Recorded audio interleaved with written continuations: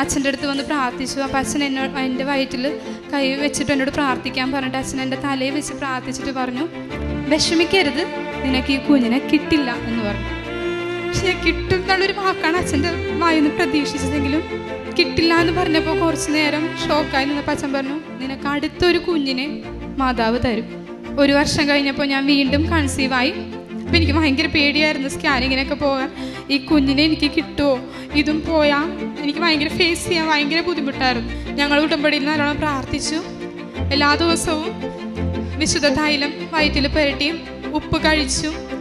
സ്കാനിങ്ങിനൊക്കെ പോകുമ്പോൾ ഞാൻ അനക്കമില്ല എന്നൊക്കെ എനിക്ക് തോന്നുമ്പോഴൊക്കെ ഞാൻ വിശുദ്ധവും തൈലവും ഉപ്പുമൊക്കെ എടുത്ത് ഞാൻ കഴിക്കുമായിരുന്നു, വയറ്റിൽ പുരട്ടുമായിരുന്നു. പരിശുദ്ധ അമ്മ എനിക്ക് നവംബർ 3-ാം തീയതി പൂർണ്ണ ആരോഗ്യമുള്ളൊരു മകനെ തന്നെ തന്നെനിക്ക് മാതാവ് അനുഗ്രഹിച്ചു. അമ്മ തന്ന കുഞ്ഞാണെന്ന് ഞാൻ എല്ലാവരോടും പറയും. അമ്മയ്ക്ക് ഒരുപാട് നന്ദി.